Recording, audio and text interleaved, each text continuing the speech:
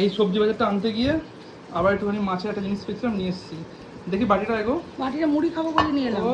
রাখবো? রাখ না, এই তো সবজি বাজার। আর দেখি কেমন মাছের ডিমটা। আচ্ছা তুই এই মাত্র ভোলা মাছ, চুনো মাছ সব এনে রেখে গেছিস, আবার এই মাছের ডিমটা আমার কি দরকার? কালকে শনিবার। তাই নিয়ে এলাম। হ্যাঁ, ডিম দু রকম কালার, কেন বলো তো? একটা রুই একটা কাতলা নাকি? হ্যাঁ, একটা রুই একটা কাতলা। কোনটা রুই? রুই হচ্ছে এটা। এইটা রুই না হ্যাঁ, এটা রুই? এটা রুই, ওটা কাতলা। দাম কত নিল? 200 টাকা কিলো নিল আমার ডিমটা। এখন মাছের ডিম হচ্ছে মাছের দামেই বিক্রি করে। আর এখানে দাঁড়া, হাতটা ধুয়ে আসি। দেখো, বেকার মাথা গরম করি না, যেটা বাজারে সেটা দেখো।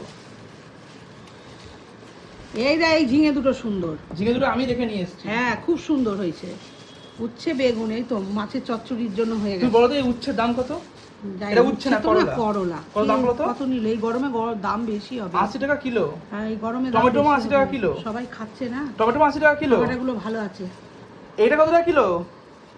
আগে বলো এটার দাম কত? 100 টাকা কেজি। এটার দাম কত? ঠিক সাইজ, আমার এই সাইজের বেগুনই ভালো লাগে। কত দাম এটার? কত? 20 টাকা নিয়েছেন? 18 টাকা দাম ওটার। 100 টাকা কিলো এটা। আর ঝিঙে?